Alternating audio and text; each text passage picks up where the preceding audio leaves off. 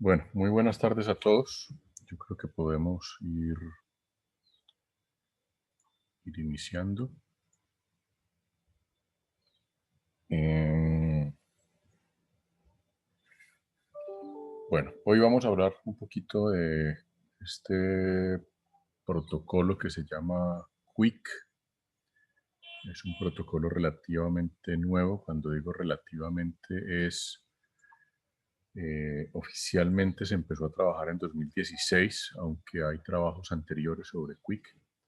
Un trabajo que se empezó a hacer desde Google por distintas razones. Fíjense que su nombre habla de Quick UDP Internet Connection. Vamos a, en esta presentación, que no se las he subido todavía al Moodle, pero se las subo en un ratico, voy a hablar un poquito de lo que fueron como los orígenes de Quick, y a grandes rasgos, pues cómo funciona. Hay un material adicional que también les voy a mostrar ahora.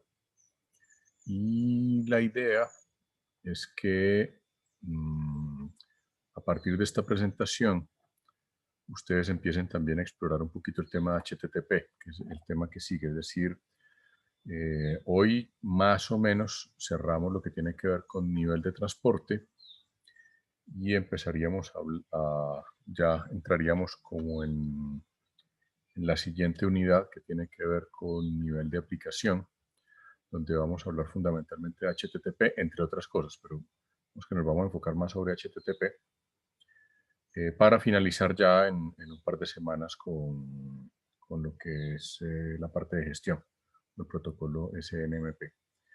Les digo más o menos cerrar es porque vamos a ir volviendo sobre temas de TCP, de UDP y de QUIC cuando hablemos de HTTP y del nivel de aplicación. Entonces, digamos, no es un cierre completo, no es que simplemente cerremos la unidad y nos olvidemos de esto. Simplemente vamos a ir ya entrándonos en otros temas, así que también los invito a que ustedes empiecen a explorar un poquito el tema de HTTP y algunas cosas más que todo desde el punto de vista de aplicaciones, que ahorita en un ratico les comento. Entonces, bien, como les decía, esto no es precisamente reciente. El concepto original lo planteó Google por allá hacia 2012 más o menos. Lo mencionó en el IETF. Ya en el IETF se veía como esta necesidad de hacer algunas modificaciones sobre TCP. Y desde la versión 29 del navegador Chrome, o Chromium, como lo llaman algunos, no sé realmente por qué lo llaman así, en 2013 se empezaron a incluir algunas versiones. Ya les voy a contar por qué Google pudo incorporar esto en el navegador Chrome sin que hubiera siquiera pasado por el IETF. Como les digo, esto en el IETF se empezó a discutir formalmente en 2016. Es decir, aunque Google desde 2012-2013 en varias reuniones del IETF había mencionado el tema, se había empezado la discusión, digamos que el grupo de trabajo formalmente arranca por allá hacia 2016 aproximadamente. El objetivo de Quick, como ya lo mencioné también, es mejorar el funcionamiento básico de TCP, y es otro de los tantos protocolos de red a nivel de transporte. Aquí este es un tema sobre el que volveremos un poquito más adelante, pero también vale la pena que ustedes indaguen un poquito sobre esto. Ese punto no lo profundizamos mucho cuando hablamos de TCP. Ni UDP, pero no sé si ustedes recuerdan que en IP existe un campo que hace referencia al protocolo. Yo no sé si ustedes, de hecho, no sé qué tan frescas tienen ustedes la información sobre la configuración de la cabecera IP. No sé quién lo tiene más o menos fresco, o si lo revisamos brevemente.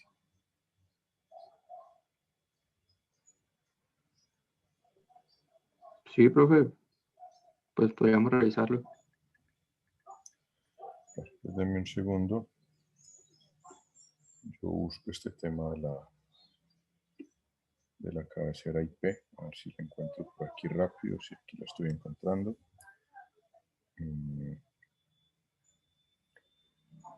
Ya les pongo la imagen, pero básicamente yo voy a salir de esta presentación un segundito y me voy a ir aquí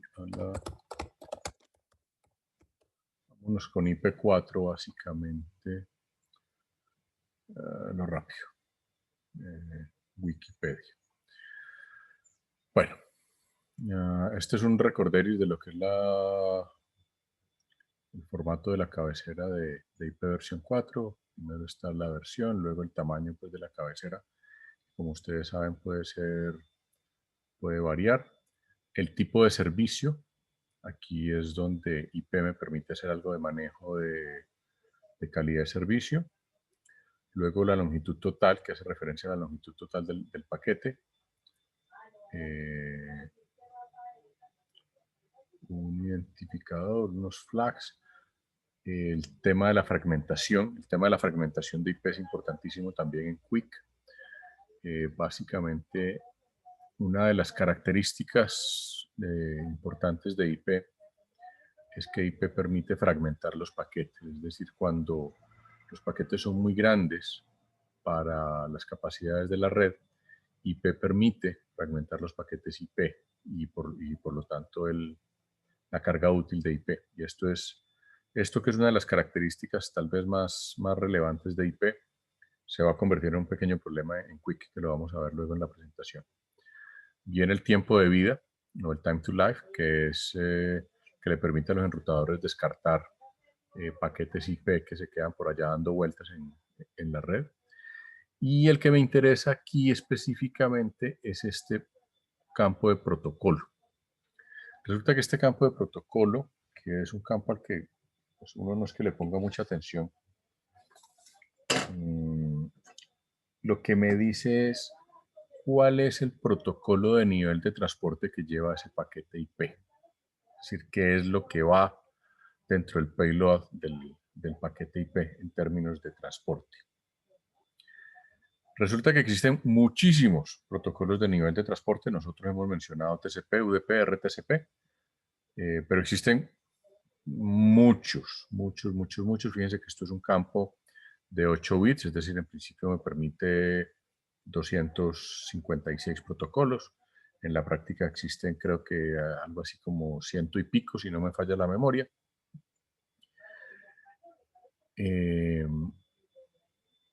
Entonces aquí este señor me dice, bueno, ¿qué va aquí? Obviamente TCP y UDP pues, son dos de los que van en esa lista. Bueno, aquí vienen otras cosas, dirección IP de origen, dirección de IP de destino, una serie de opciones. No sé si aquí está esto. Los números de los protocolos. Fíjense toda la lista que hay. El ICMP, este lo mencionamos, que es el protocolo de señalización. El IGMP no lo mencionamos. El Gateway to Gateway Protocol tampoco lo mencionamos porque es muy poco utilizado. Sin embargo, aquí está la RFC a la que corresponde. Puede haber paquetes IP encapsulados dentro de IP. Esto se hace a veces en redes móviles, o se hacía en las redes móviles, sobre todo en segunda y tercera generación. Bueno, aquí está TCP, por supuesto. EGP, que es un protocolo de enrutamiento interred, lo mismo que el IGP. El IGP es entre redes que pertenecen al mismo dominio. Y el EGP es entre diferentes dominios, o básicamente entre que llama diferentes proveedores de nivel superior, los grandes carriers. Y aquí pues vienen otro montón que son absolutamente desconocidos o poco utilizados. Aquí está UDP, por supuesto. Una cosa interesante aquí es el ISO TP4. IP soporta el protocolo clase 4 del modelo de ISO, de la OSI. El TP4 es el protocolo de OSI más parecido a TCP que hay. Tiene algunas diferencias, en algunas cosas mejora TCP, en otras cosas TCP funciona mejor, etc. Puede haber paquetes IPv6 encapsulados dentro de IP4, eso es sucesivamente. Fíjense que hay todo un montón de... Ah, bueno, IP móvil también puede ir encapsulado. O sea, puede haber varios protocolos IP6. Este protocolo Visa es precisamente de la empresa de tarjetas de créditos para unas aplicaciones muy particulares. Pero bueno, la lista es larga. Fíjense que hay, les decía, ciento y pico en la práctica, 140 de los 250 y tantos que podría haber. Hay algunos que ya no están en uso, por ejemplo,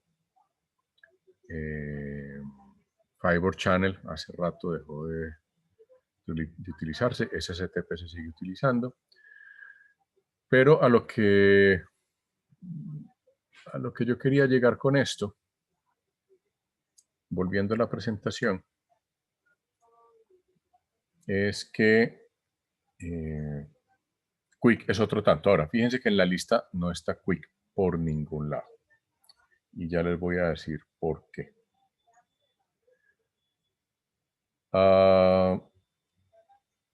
El otro tema es que, como ustedes bien saben, pues TCP es de lejos el protocolo de transporte más utilizado a nivel mundial.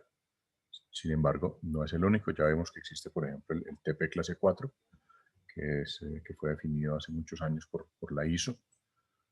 Es protocolo más nuevo que TCP en general, pero pues son muy parecidos y pertenece al famoso modelo OSI pues, que ustedes vieron en redes 1. Ahora, ¿por qué vamos en esto?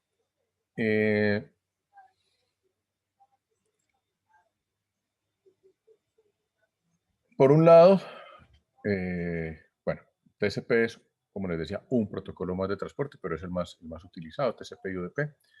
En la práctica resulta que por el hecho de ser TCP y UDP los más utilizados, Quick se va a encontrar una serie de talanqueras, que ya se las comento en un par de diapositivas más adelante.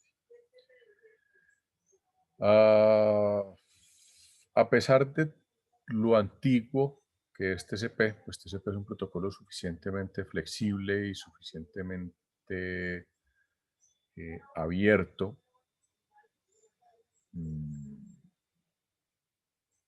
de tal forma que muchos otros protocolos que hacen uso de TCP u otros protocolos de nivel de transporte de alguna manera pueden utilizar los encabezados TCP en la mayoría de sus presentaciones,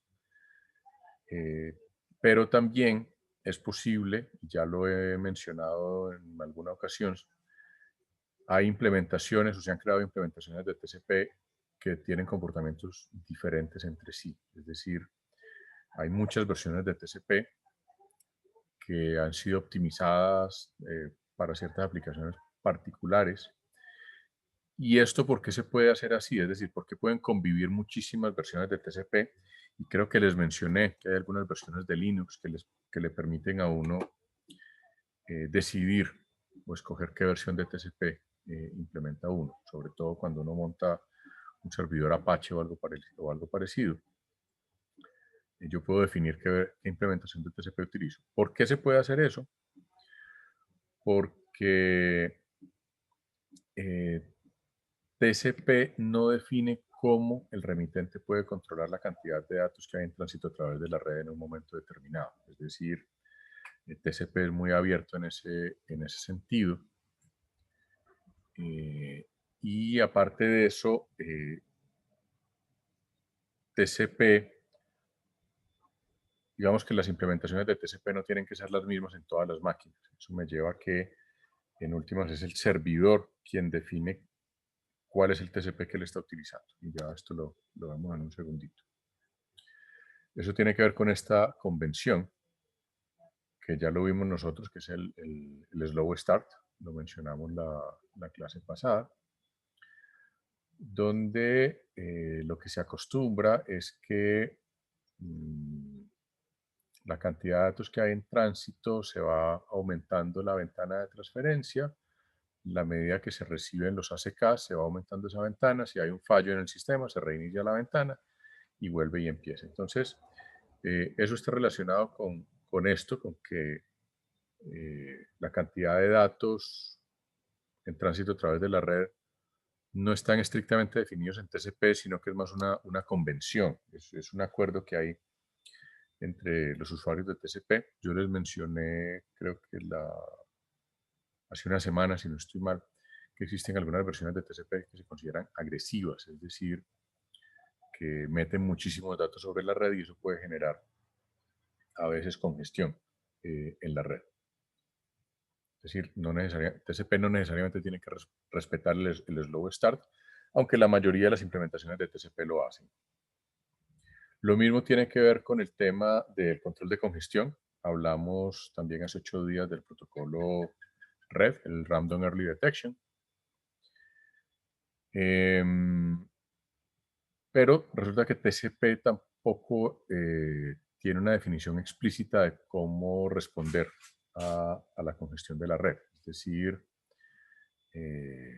también es una convención o un acuerdo entre los diferentes usuarios, entre las diferentes versiones de TCP, cómo reaccionar, cómo responder a la congestión en la red, bien, usualmente disminuyendo la velocidad de envío o retrasando un poco el envío de paquetes de tal forma que la tasa media de transmisión se baje, o sea, básicamente bajar el throughput. Y eso también, como les decía, es básicamente algo a lo que se ha llegado por acuerdo.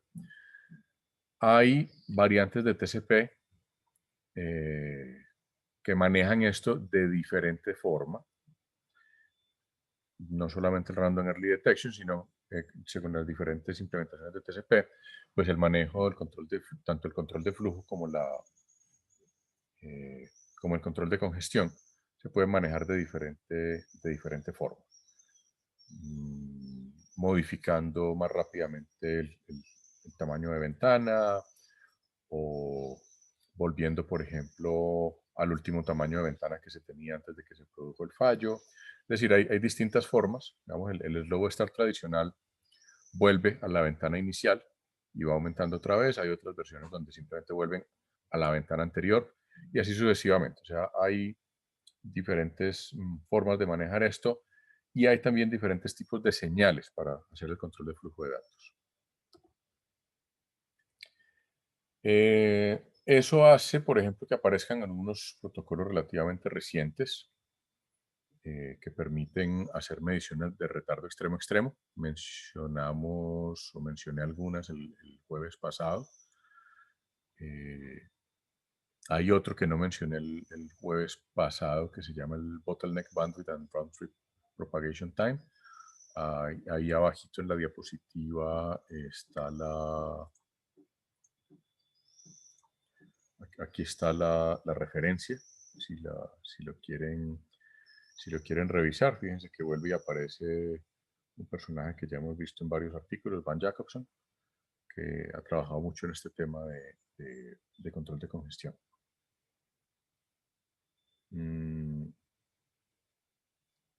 A lo que voy con esto es que todas las variantes de TCP y todos estos mecanismos que hay de TCP, pues básicamente forman parte de una familia muy grande que es TCP. O sea, como les dije hace un momento, hay muchísimas variantes de TCP y casi que uno podría construir su variante propia de TCP.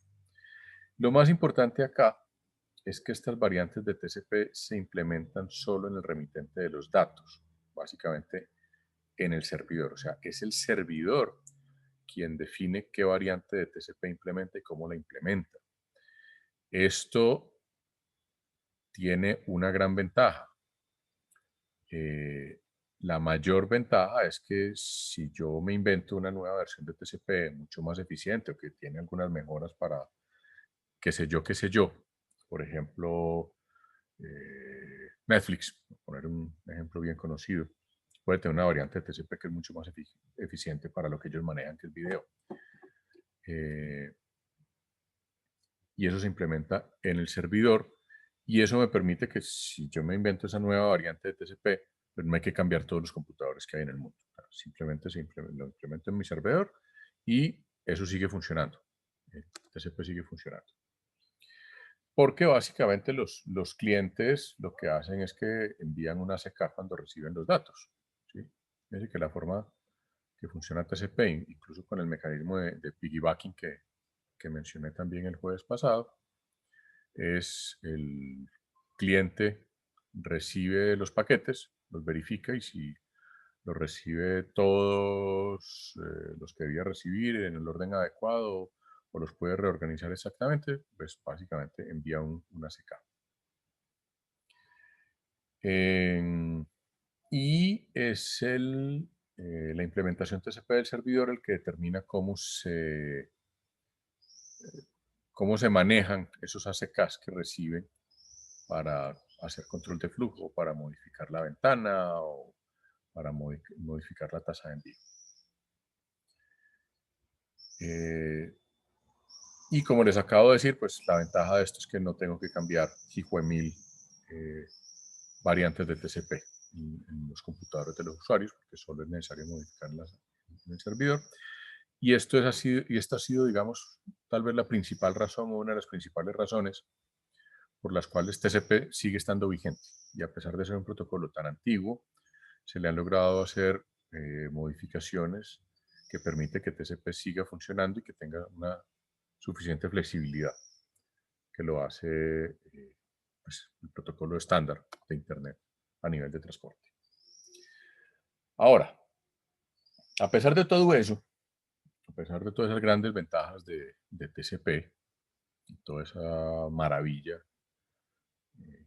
y toda la evolución que ha tenido TCP a lo largo de los años, pues TCP también ha sufrido de algunos problemas asociados a la evolución de la Internet, sobre todo el tema de los servicios web, y ha contribuido a un término que ya también hemos mencionado en este curso, que es lo que se denomina la osificación de la Internet. Es decir, que la Internet es cada vez más rígida, o sea, lo que se pensaba que fuera a ser muy ágil, muy flexible, en la práctica se está volviendo cada vez más rígida y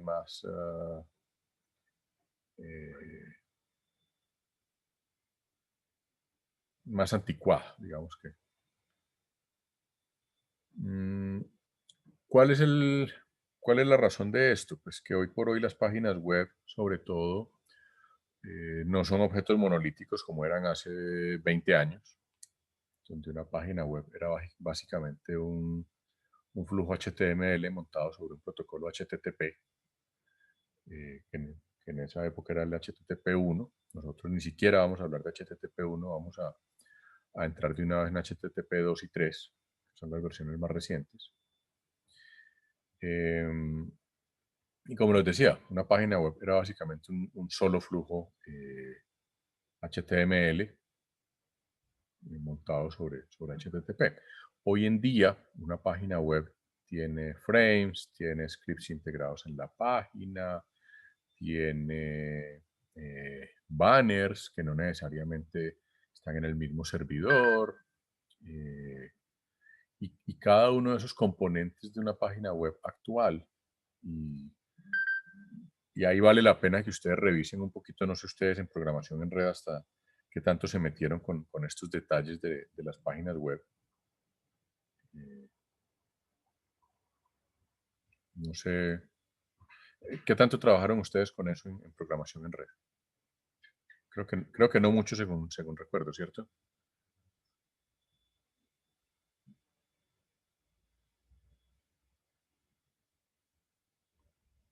o qué tanto se metieron con esto de los diferentes componentes de las páginas web?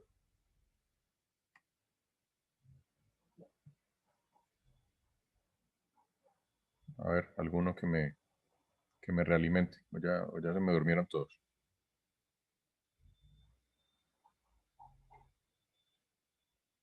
Hola.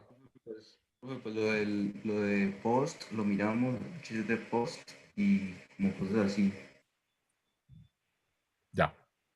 pero no como demasiado pronto. Pues sí miramos de pronto, es que no me acuerdo cómo se llama el programa que hacíamos como una simulación de cómo tomaba los datos HTTP, formato JSON y todas esas cosas, pero pues no exactamente así como lo viene el protocolo como tal. Ok.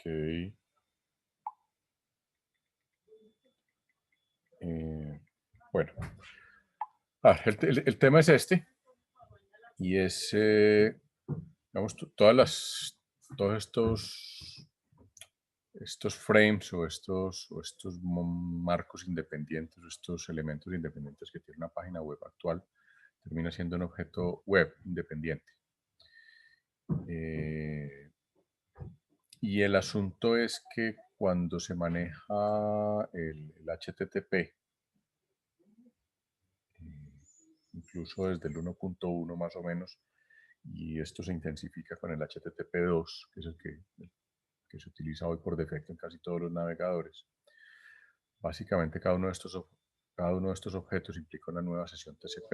Eso implica una conexión TCP por cada objeto independiente de una página web, incluso si están en el mismo servidor, en la misma dirección IP, que como les dije hace un momento, eso no es lo común hoy en día. O sea, cuando uno mira una página que tiene ads de Google, esos ads de Google vienen de servidores diferentes.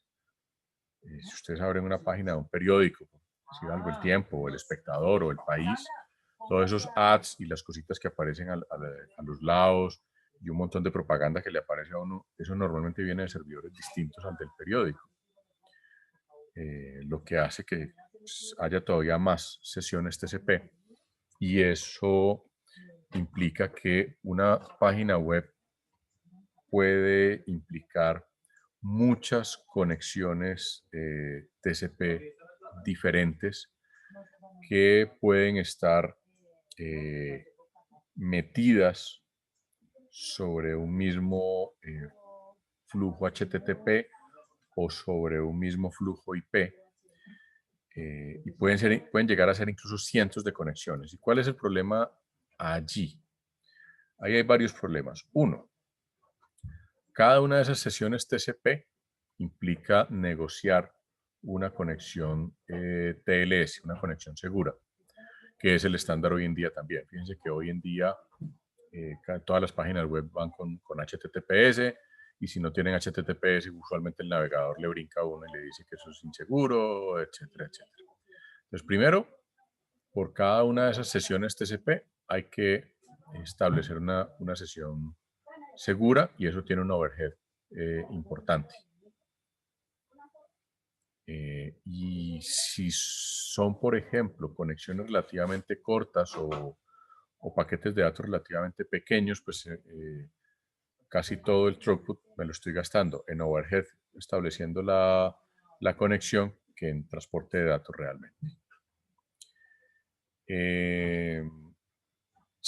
Eso es una forma ineficiente de utilizar TLS, puesto que en la práctica lo más sensato y lo más práctico sería reutilizar una sesión TLS. Es decir, si yo ya establecí una conexión segura entre dos elementos de la red, entre dos usuarios de la red, pues no tiene mucho sentido utilizar N sesiones TLS, pero el hecho es que en TCP pues toca, por cada conexión TCP hay una sesión de TLS establecida y eso traga máquina, eso traga memoria, etc.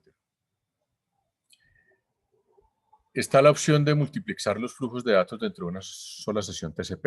Acuérdense que TCP permite multiplexión y de multiplexión. Entonces, una opción es, bueno, yo establezco una sesión TLS y multiplexo los flujos HTTP sobre una sola sesión TCP eso tiene problemas porque si esos flujos vienen de diferentes fuentes y alguna de ellas falla porque hay errores, porque hay un pequeño fallo de red en ese flujo específico, entonces hay que reiniciar toda la sesión TCP, es decir, tengo que desconectar todos los flujos y volver a, a integrar, que es lo que se denomina Head of Line Blocking, el término en inglés, que es un bloqueo de cabecera. Básicamente es un solo flujo que falle me puede bloquear todos los flujos que había activos en un momento determinado. Eso también es problemático. El asunto es que TCP, aunque maneja multiplexación, no fue pensado para la paranoia actual en términos de seguridad. Es decir, TCP no es muy eficiente para manejar esos múltiples flujos, sobre todo con las sesiones TLS. Entonces, la gran conclusión de todo esto es que para realmente mejorar la eficiencia de esa forma o esas transacciones actuales de las páginas web, para que se puedan manejar sin ningún problema esos flujos paralelos de información, pues hay que buscar opciones más allá de TCP. O sea, TCP definitivamente no tiene una solución para eso. El tema es que por alguna razón, bueno, por alguna razón no, por la forma como ha evolucionado la Internet, el nivel de aplicación ha evolucionado de una forma diferente y ha evolucionado y ha generado unas necesidades de manejo de información que no fueron tenidas en cuenta cuando se diseñó TCP ni UDP. Entonces, el tema allí surgen distintas preguntas. Una pregunta obvia es, ¿y entonces por qué no definir un nuevo protocolo de transporte? Es decir, si yo puedo, o sea, puedo mejorar TCP o puedo incluso modificar TCP, ¿por qué no definir un nuevo protocolo de transporte? Fíjense que el campo de protocolo de IP tiene espacio suficiente para definir no uno, sino muchos nuevos protocolos de transporte. En su momento se intentó, existió un protocolo por allá a finales de los 90 que se denominó el Express Transfer Protocol, que solucionaba casi todos estos problemas. ¿Cuál es la razón por la cual esto no se ha hecho? Es una cosa que llama el NAT, o los Network Address Translators. Básicamente el problema es que los NAT rechazan cualquier cosa que no sea TCP o UDP. El asunto allí es un tema de vuelve y juega de seguridad, de la paranoia actual que tenemos y la forma, digamos, como se trató de solucionar este tema de mejorar la seguridad para reducir los ataques, es que los NAT hoy por hoy tienden a no permitir nada diferente a TCP o UDP. O sea, de toda esa lista de protocolos que vimos, en la práctica solamente se pueden manejar estos dos. Eso no es lo más adecuado, no es lo más eficiente, pero es lo que hay. Ahora, yo no sé si ustedes saben cómo funciona un NAT, ¿eso lo vieron en Redesol?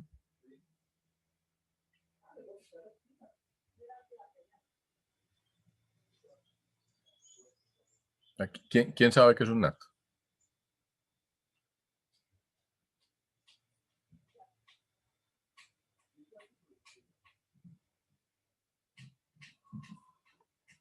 ¿Alguien?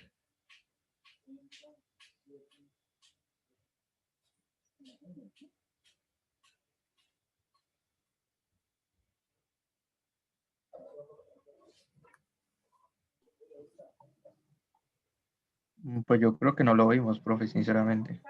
No le suena para nada el término. Al menos para mí no. Pues yo sé que, por ejemplo, hay pues tipos de NAT. Por ejemplo, cuando yo estoy en la restriction, pues hay veces donde me dice que tipo 2, tipo 3, y eso pues depende pues del, es como un proceso, creo que para reordenar la dirección IP, creo que tiene que ver con eso, pero pues en sí el concepto como tal no lo tengo como tan claro. Bueno, pero ustedes sí están al tanto de que uno de los problemas de IPv4 fue el agotamiento de las direcciones, ¿cierto? Sí, profe. Y de pronto hablaron en algún momento de, bueno, cuando hablaron de IPv4 sin hacer subnetting, ¿cierto? Profe, el NAT es el, perdón, te interrumpo, el NAT es el que cambia la dirección pública por la dirección privada. Es el que Exacto. hace la traducción del... Exactamente. Sí, no, sí creo que sí, pues lo hemos visto, solo que no, pues no me acordaba exactamente. Vale, perfecto. Pero respecto a eso te pregunto, los tipos de NAT, eso sí no, pues no lo entiendo mucho. ¿Qué tipos hay como de... ¿Se puede caracterizar en tipos o algo así? ¿O es como solo un concepto general? Hay o sea, el concepto como tal es un concepto general, pero luego en la práctica sí hay, digamos, más que tipos de NAT, yo hablaría de funcionalidades de los NAT. O sea, aunque sí se puede hablar de tipos, pero digamos, yo particularmente diría que son más funcionalidades, es decir, los NAT pueden implementar diferentes funcionalidades que van un poco más allá del simple remapeo de direcciones, que es, digamos, su función original. Entonces, hoy por hoy sí hay NATs que tienen funcionalidades muy diferentes unos de otros. Y de esa forma, pues sí, se podría hablar de tipos de NAT. Vale, profe. Entonces, resumiendo el tema es, casi todas las redes hoy en día, por no decir todas, como seguimos utilizando direccionamiento IP4, pues utilizan NATs. Y los NAT, pues parte de lo que hacen es que hacen en el mapeo, toman un flujo de datos de entrada, agarran la dirección IP, el puerto, y lo mapean sobre una dirección IP pública y pueden hacer un cambio de puerto, porque parte del tema es que el puerto de origen de una conexión TCP pues puede ser cualquiera. Fíjense que son los puertos destino los que normalmente tienen una lista que dependen del tipo de servicio. Entonces, parte de lo que hacen los NAT es modificar no solamente la dirección IP, sino en muchos casos los puertos, también por un tema de seguridad. Y, como les decía, también por un tema de seguridad, usualmente los NAT descartan paquetes que tengan en la dirección, en el encabezado IP, protocolos que no sean TCP o UDP. Eso no debería ser así. Sin embargo, pues dentro de esas funcionalidades de los NAT se ha vuelto de uso común que lo que no sea TCP o UDP lo rechazan. Eso nos deja en una situación muy precaria, diría yo, porque digamos toda esa riqueza de protocolos de nivel de transporte que existen desaparece completamente por cuenta de algo que fue una solución temporal, pero como dice el dicho, nada más permanente que las soluciones temporales. Entonces, a lo que hemos llegado es que los protocolos son TCP y UDP. Para de contar. En vista de esa situación, pues había que buscar alguna salida, había que buscar alguna solución. Y la solución que se plantearon los amigos de Google fue precisamente pues diseñar este protocolo Quick, y para, digamos, sacarle el cuerpo al problema de los NAT, lo que dijeron fue pues montémoslo sobre UDP. Ahora, ¿por qué sobre UDP? Perdón que aquí se me fue una...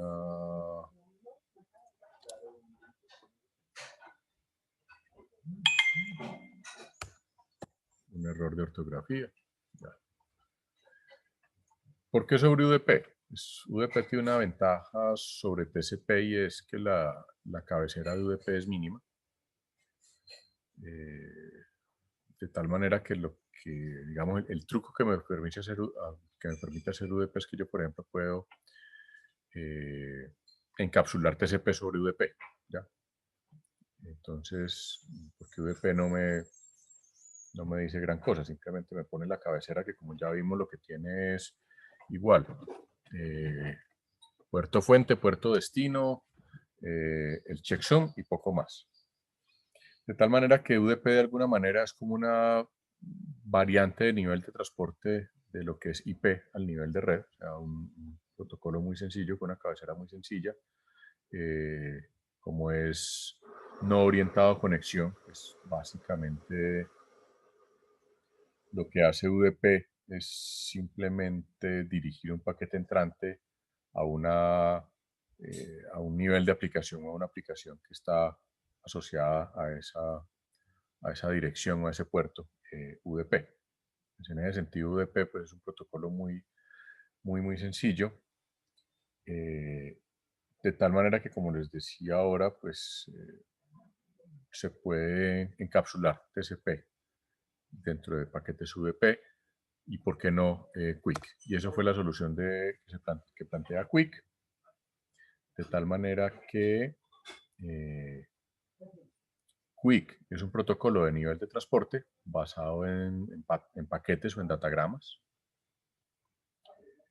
Y básicamente las aplicaciones que utilizan este protocolo Quick utilizan el puerto UDP 443. Y ahorita vemos que eso tiene un razonamiento, entre otras cosas también el juega por temas de seguridad.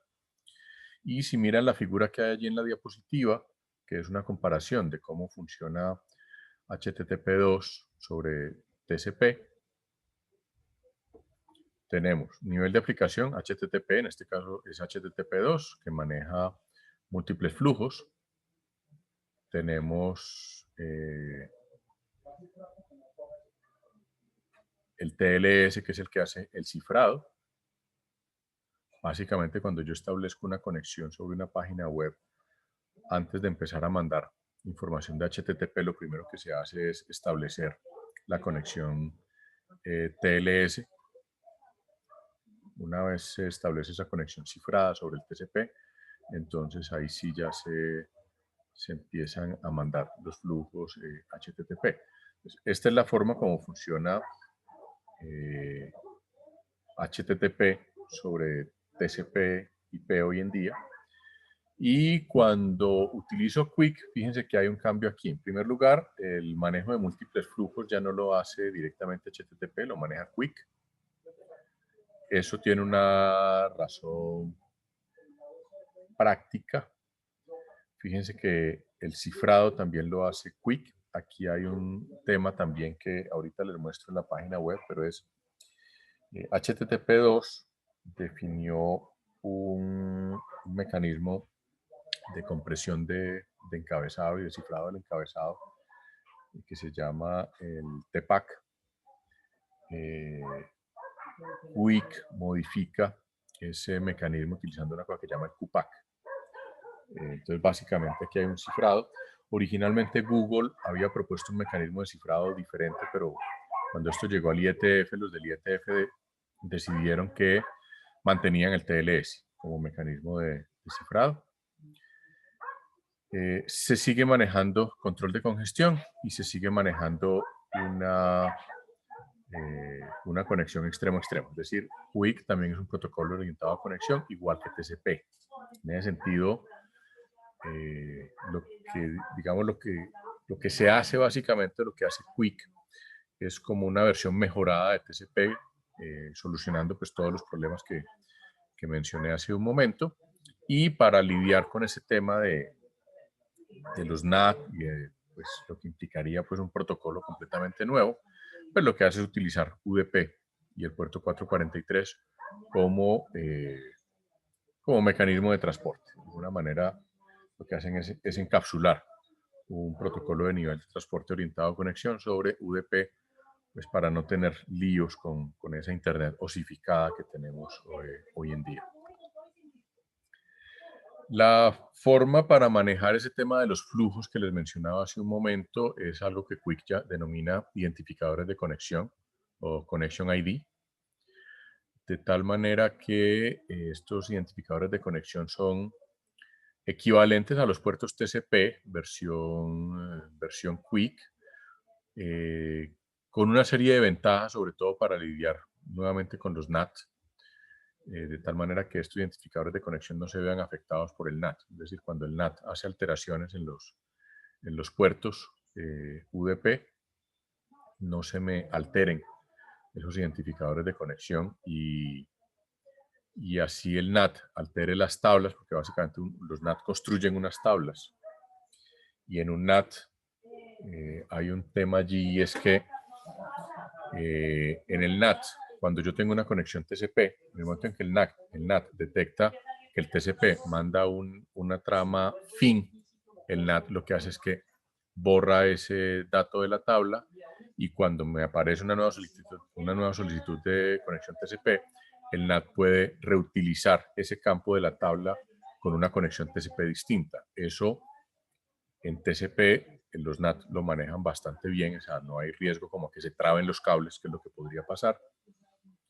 En UDP no existe eso, porque como UDP no es orientado a conexión, entonces en UDP los NAT utilizan algo un poquito más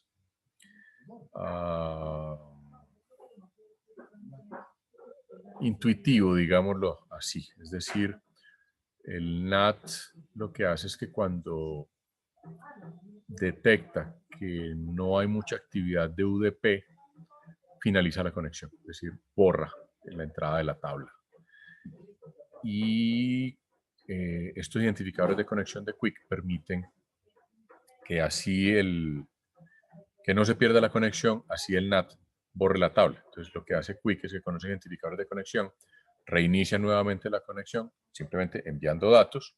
De esa forma el NAT regenera la conexión, le puede dar una información distinta, unos puertos distintos, pero digamos, la conexión no se pierde por cuenta de ese identificador de conexión, que es lo que le permite tanto al cliente como al servidor manejar esas conexiones, de tal manera que los flujos o los paquetes que tengan ese identificador de conexión van a ser enviados adecuadamente a donde corresponde. Hoy por hoy ya hay distintas versiones de Quick, por eso en este tercer párrafo habla de la negociación de la versión Quick, de tal manera que tanto la parte local como la parte remota conocen el identificador de conexión que están utilizando.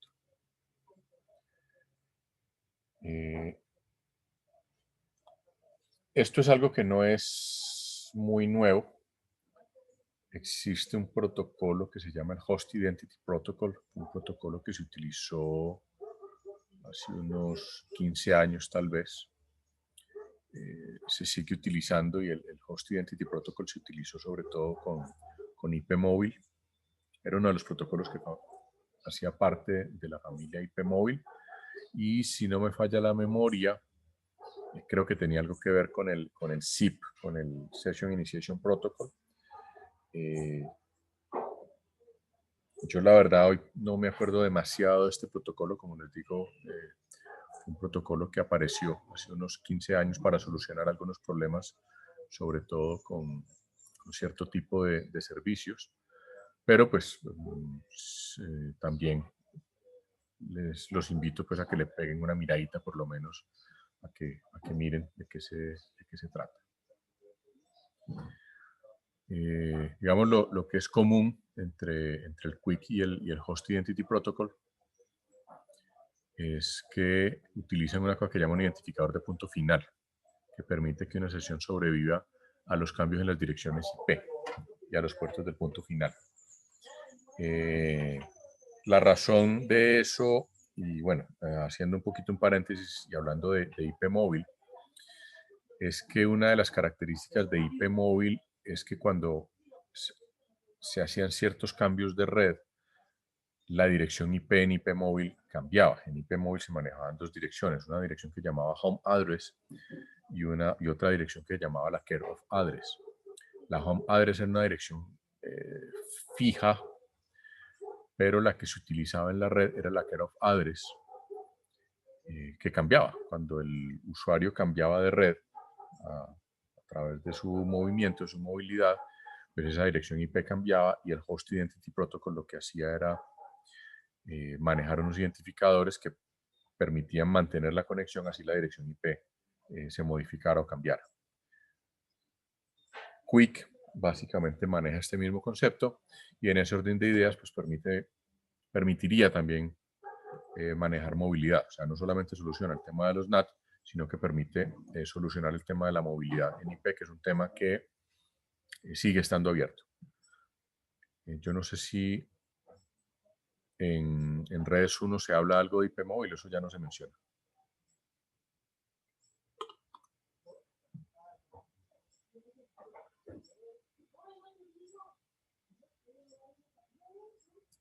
Chachos, ¿están por ahí?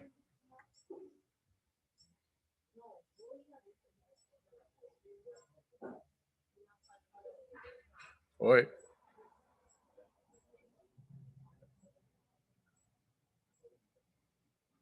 ¿Alguien vive?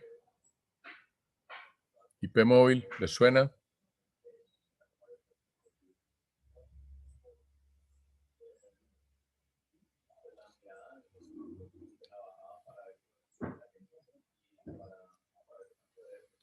Bueno, hagamos un pequeño paréntesis aquí. ¿Podrían encender las cámaras un momento, por favor?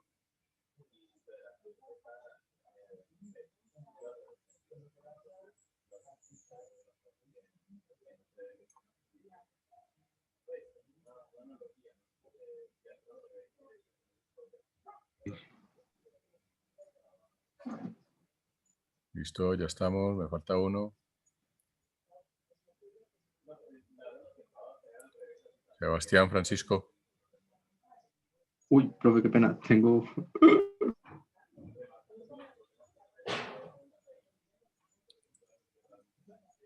Listo, bueno, por lo menos. Listo, ya echaron agüita. Profe, voy a cambiar el fondo, qué pena, no sabía que tenía eso. Me lo cambiaron. Ah, no importa, los fondos están bien. Fondo de Halloween. Pero no sabía que tenía eso. What the fuck.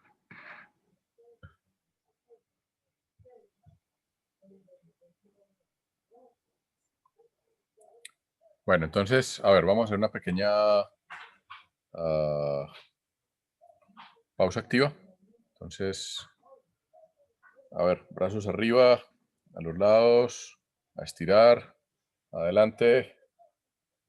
Eso, 2 segundos más. Estirar manos, listo. Muy bien, ya estamos otra vez. Listo, ya. Vale, ahora sí volvamos a IP móvil. ¿A alguien le suena IP móvil o ni por ahí? Bueno. ¿Qué? ¿Sí le suena más o menos? ¿O ni por casualidad? Pues obviamente tiene que ver con dispositivos móviles, pero creo que había escuchado que permitía moverse de una red a otra, algo así, que permitía mover una red a otra a los celulares. Sí, sí. Y hay uno de los... Mejor dicho, el tema de la movilidad en redes TCP/IP es un tema que no está solucionado del todo. Una de las soluciones que se planteó en su momento fue IP móvil. IP móvil, como les decía, estaba asociado a este Host Identity Protocol. Hay una versión 6 de IP móvil y algunas de las variantes de quinta generación vuelven a retomar el tema de IP móvil. Sin embargo, el manejo de la movilidad en las redes móviles sigue teniendo algunos problemas. En Wi-Fi no se maneja movilidad, sin embargo, a pesar de que las redes Wi-Fi es decir, uno hoy en día en la red Wi-Fi se mueve. Una red de campus como la de la universidad, uno está cambiando de access points constantemente. Sin embargo, la red no maneja movilidad. Simplemente les dejo ese tema allí para que los que quieran de pronto indaguen un poco. Si alguien quiere hacer una presentación rápida sobre el tema, sería chéverísimo. El punto allí es que Quick, de alguna manera, por la forma como maneja este identificador de conexión, podría eventualmente manejar movilidad. En algunos casos, en redes IP, la movilidad se maneja en nivel de aplicación.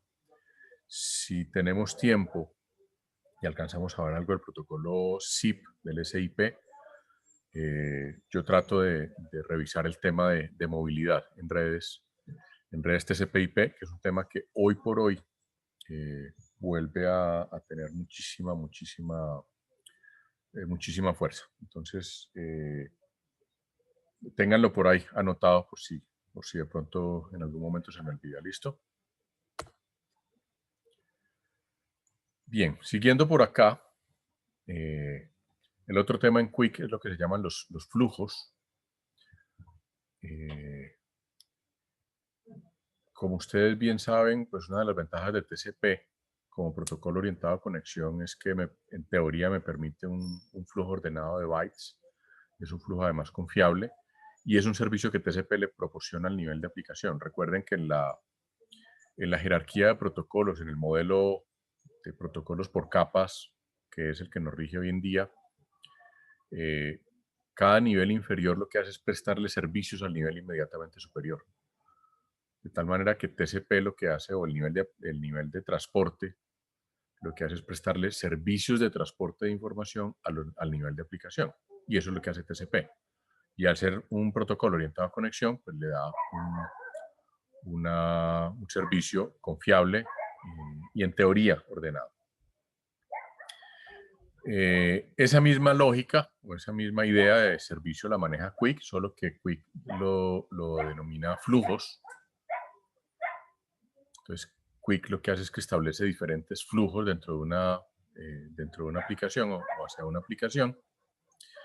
Y la gran diferencia entre TCP y Quick es que TCP maneja solo un tipo de comportamiento, Quick define diferentes perfiles de transmisión.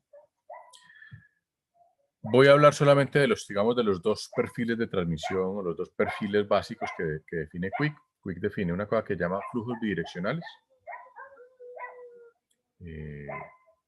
que es, digamos, la conexión normal. Es decir, yo solicito una conexión, al otro lado me contestan que sí, que bueno, y empieza la transmisión bidireccional. Eso es compatible con la versión original de HTTP, con HTTP1. Pero existe otro tipo de flujo que llaman los flujos unidireccionales o flujo push.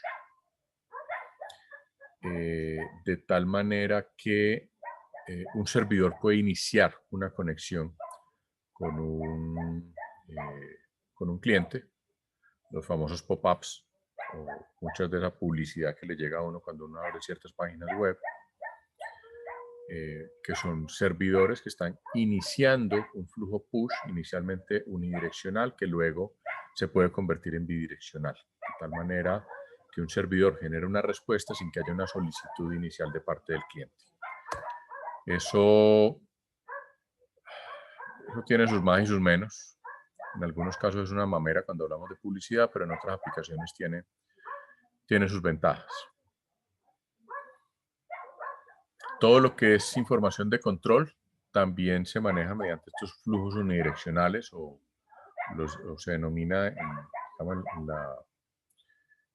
la jerga de Quick los Unidirectional Control Streams, de tal manera que cualquiera de los dos lados, en este caso, puede manejar un mensaje hacia el otro, aún sin que el otro lo haya solicitado. Y estos flujos de control están expuestos a nivel de aplicación. ¿Esto para qué me sirve? Por ejemplo,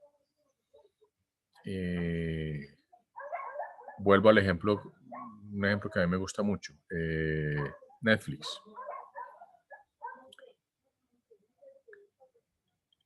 En Netflix se utilizan los flujos de control para poder regular la calidad del video de acuerdo al tipo de conexión que uno tenga. Cuando la conexión que uno tiene es muy mala o tiene muy poco ancho de banda, estos flujos de control lo que hacen es que me permiten reducir la tasa de transmisión y en el caso de Netflix mandar video de menor calidad. Eso hace que pues, uno en Netflix pueda, si tiene una buena conexión, acceder a la mejor calidad de video que tengo. Si la conexión no es buena, pues el video no se interrumpe, sino que se reduce la calidad de video. Eso se hace gracias a este manejo que se hace aquí y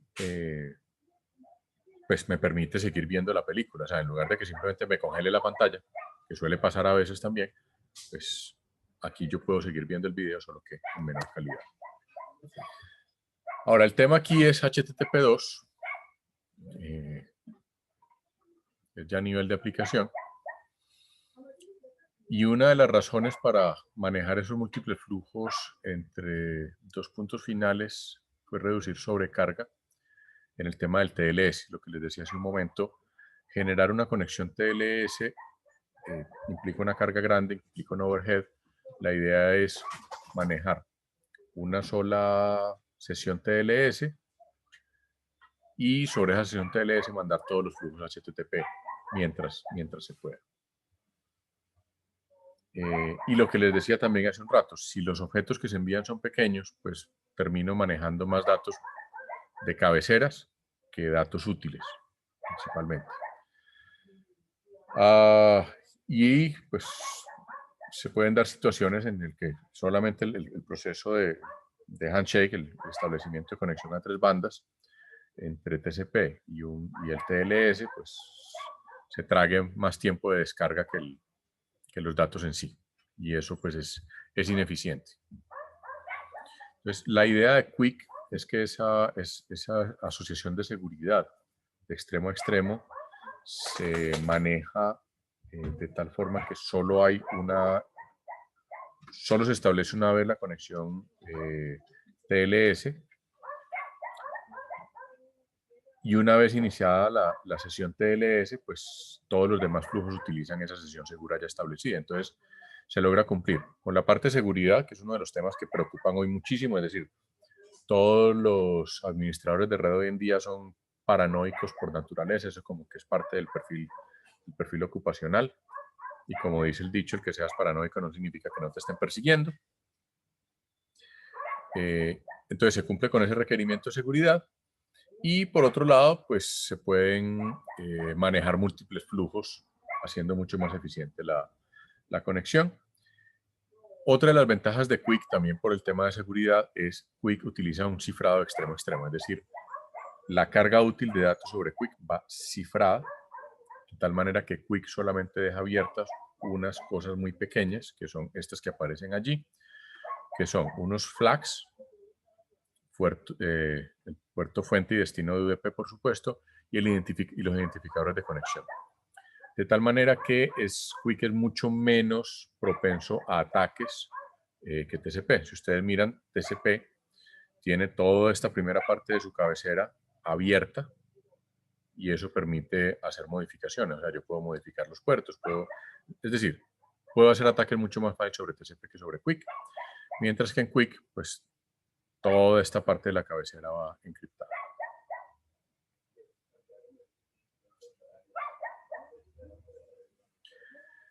Lo que les decía al principio, QUIC pues tiene sus peros. QUIC no es perfecto. El pero más grande es no permite fragmentación de paquetes IP. El tamaño máximo de paquete QUIC es 1350 bytes. ¿Por qué se definió ese tamaño? Básicamente porque los señores de Google se pusieron a hacer pruebas y llegaron a que ese era el número. Punto. O sea, no hay ningún análisis pues que no diga es que es más eficiente o menos eficiente, no. Simplemente a partir de diferentes pruebas, los señores de Google dijeron, ese es el número mágico.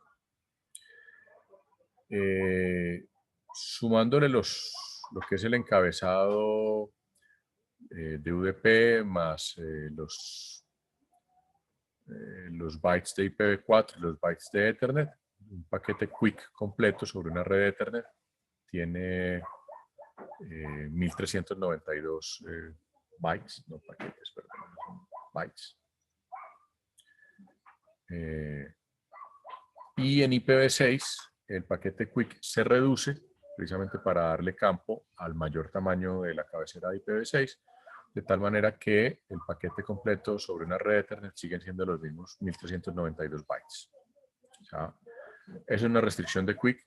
¿Cómo se soluciona? Pues básicamente cuando el tamaño que admite la red es inferior al tamaño de QUIC, lo que va a ocurrir es que se fragmenta el paquete hello de QUIC. El paquete hello es el que inicia la conexión en QUIC. Y lo que hace es que QUIC en ese momento genera un error fatal. Finaliza la conexión y el servidor lo que hace es que restablece la conexión utilizando TCP normal. Es decir, la solución es muy sencilla. Cuando no puedo utilizar QUIC por restricciones de la red, utilizo TCP. Punto. Ahora, ¿cómo sabe un cliente que el servidor al que se va a conectar soporta QUIC? La forma que ha definido el IETF es a través del DNS, utilizando una cosa que se llama el SRB o el sistema, el servicio de registro del DNS, de tal manera que ese registro SRB puede definir o puede anunciar el protocolo de transporte que soporta ese servidor. Sin embargo, esto no se ha estandarizado todavía.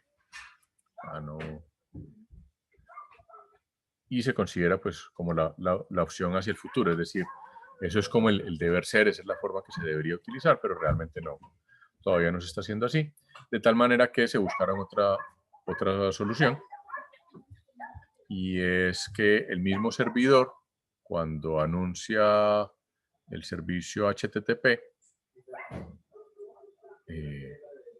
incluye una cabecera HTTP donde puede decir, mire, yo soporto QUIC a través del puerto 443, este es el identificador EMEA, y B es la versión de QUIC o las versiones de QUIC que puede soportar ese servidor. En este caso, en este ejemplo que es la página de Google, soporta las versiones 44, 43 y 39 de QUIC. ¿Por qué esas tres? No tengo ni idea, no he revisado realmente qué otras versiones de QUIC existen, o si es que esas son las que quedaron estables, no sé, o sea, no sé qué pasó con la 40, 41 y 42.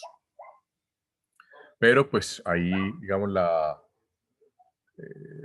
tareita para ustedes, ya que están jugando con el Wireshark, es pues que miren el encabezado HTTP del servidor de Google, a ver si eso sí es cierto, si efectivamente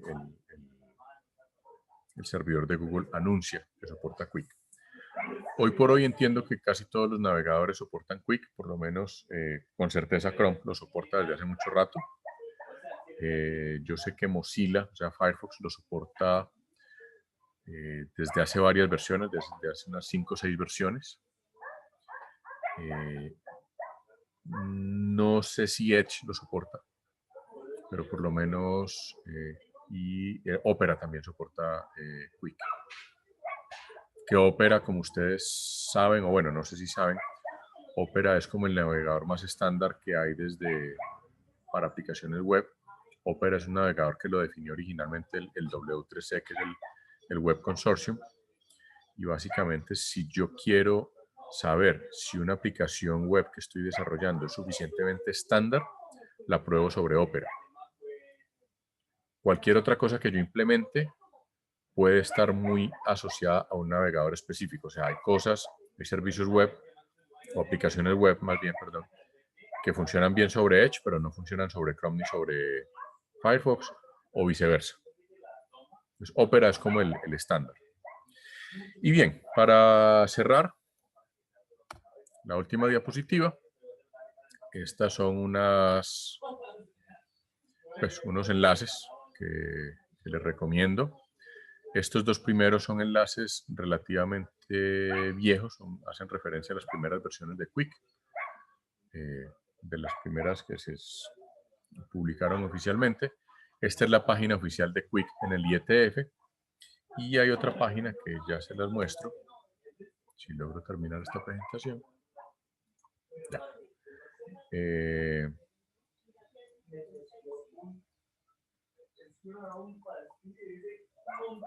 Esta es la página oficial del IETF. Perdón, este es uno de los enlaces que les mencioné, que es como una descripción muy rápida de Quick. Esto es escrito por uno de los co-chairs del grupo de trabajo de Quick en el IETF. Habla básicamente de la osificación de Internet, dice que está haciendo pues, el Quick Working Group, habla un poco de ese tema del TLS que les mencioné hace un momento, de la forma como que Google había definido un mecanismo de cifrado que fue modificado por el IETF. Habla del HPAC que les mencioné, que es el mecanismo de empaquetado, y el QPAC, que es el que define Quick. Esto es un draft en este momento que está disponible en el IETF. Y como dice aquí, hay más de 15 implementaciones experimentales. Sería chévere para la próxima clase que ustedes le dieran una mirada a estas implementaciones, que vieran y discutiéramos un poquito, porque se me ocurre que para el trabajo final podemos hacer algo por este estilo. Entonces, denle una miradita a estas implementaciones experimentales, a ver la próxima clase qué podemos discutir para que vamos definiendo ya el trabajo final, que ya nos vamos acercando. Estamos en semana 14, creo, si no estoy mal ya. Profe, ¿y el segundo parcial para cuándo estaría? El segundo parcial lo tenemos que hacer por ahí en 2 semanas a más tardar, porque ya vamos cerrando este tema, o sea que ya tenemos tema para el segundo parcial. El martes definimos también fecha del segundo parcial, pero yo diría que no es para la otra semana y no sería por ahí para la siguiente. Yo diría que de hoy en 15 podría ser una muy probable fecha. Pero también lo discutimos el martes, así que por favor, no me dejen olvidar. Tenemos esos dos grandes pendientes, de hablar del parcial y hablar del trabajo final, basados pues en estas implementaciones de Quick y probablemente en HTTP3.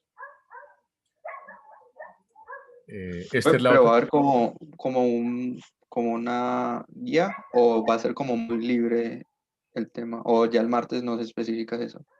La idea es que lo concertemos, es decir, la idea es que yo el martes traigo algunas ideas, pero la idea es que ustedes también traigan ideas. O sea, la invitación es que ustedes, a partir de, digamos, de esta implementación experimentales, traigan ideas de ustedes qué creen que se podría hacer, ¿ya? O sea, que no sea solamente lo que yo proponga, sino que de pronto ustedes también propongan ideas para un posible proyecto final, cosas que de pronto a ustedes les parezcan interesantes, les parezcan chéveres, en fin, la idea de ese trabajo final es que sea algo que sea útil para todos y en el que todos aprendamos, además. ¿Vale? Listo, profe.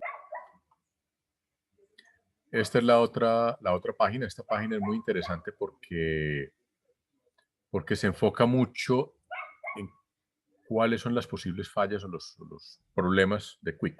Que, claro, se lo venden a uno, por supuesto los de Google se lo venden a uno como la panacea, pero fíjense que aquí hacen alguna relación con Quick cuando hablamos de IoT. En fin, aquí este artículo es interesante porque, digamos, muestra como lo no tan chévere de Quick.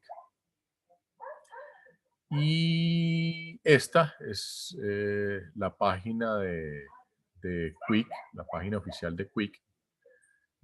Esta es una página asociada al IETF, pero digamos una página aparte, donde pues aquí están todos los documentos abiertos que hay de draft. Fíjense que hay draft relacionado con HTTP, con TLS, el QPAC. Hay un tema de balanceo de carga, por ejemplo, que puede ser un tema bien interesante a nivel de aplicación. Entonces, esta es la página oficial de Quick también para que le den una mirada. Profe, una pregunta. Sí. Pues, ¿Quick es fácil de implementar en Java o Hay, es difícil? hay implementaciones de Quick en Java ya. O sea, dentro de esa lista de implementaciones que aparece aquí, hay algunas en Java. Listo. Y no, pues como TCP y UDP, pues a mí me parece que son fáciles de implementar en Java, ¿no? Pues porque las librerías que te dan prácticamente acento es como seguir un orden. Sí, Pero sí, pues ya. Ya hay librerías de después, Quick en Java, efectivamente. listo. Pero de todas formas, pues miren que hay, como dice, hay más de 15. Hay que mirar cuáles, cuántas. Yo a esto le di una mirada hace muy al principio de semestre.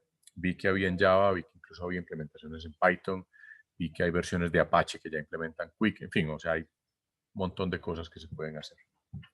Incluso con ese simulador que ustedes están utilizando para el laboratorio, ahí también se puede, ahí también hay ya implementado Quick en ese. Listo, profe. Listo. Eso era todo entonces lo que tenía yo para hoy. No sé si ustedes tienen alguna otra pregunta o duda.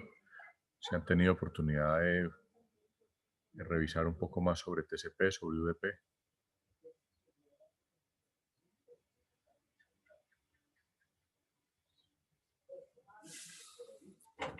Pues con los laboratorios, pues el más reciente que entregamos fue como de TCP, entonces pues ahí como que, pues por lo menos a mí me quedó claro como más TCP, Ok. porque Sí, tocaba que implementarlo en eso mismo Mininet y todo eso. Vale. sí, eso mismo iba a decir, profe, o sea, trabajamos como la parte de Wireshark y como la implementación en Java también, entonces como que queda más claro, claro aún. Y lo de las pérdidas, que también Ajá. poníamos con pérdidas y pues en TCP lo que pasaba era que no se perdían los paquetes, sino que como que el throughput se mejoraba, pues comparando con UDP que sí se perdían los paquetes y no se podía hacer nada. Sí, claro, porque TCP trata desde que todos los paquetes lleguen y al estar reenviando paquetes, pues baja el throughput.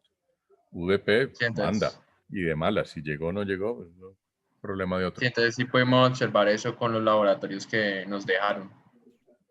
Bueno, Y chévere. otro. De todas formas, en la página de Moodle hay unas simulaciones de TCP con lo del Low Start y eso, que están chéveres, o sea, son ilustrativas y les pueden ayudar a reforzar lo que ustedes ya vieron en el laboratorio. Listo, yo subo entonces ahora esta presentación y un material adicional sobre Quick a la página de Moodle.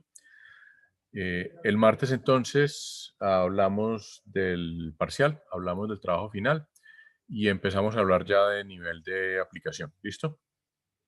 Listo, profe. Bueno, nos vemos entonces. Que estén muy Hasta bien. luego, profe. Gracias.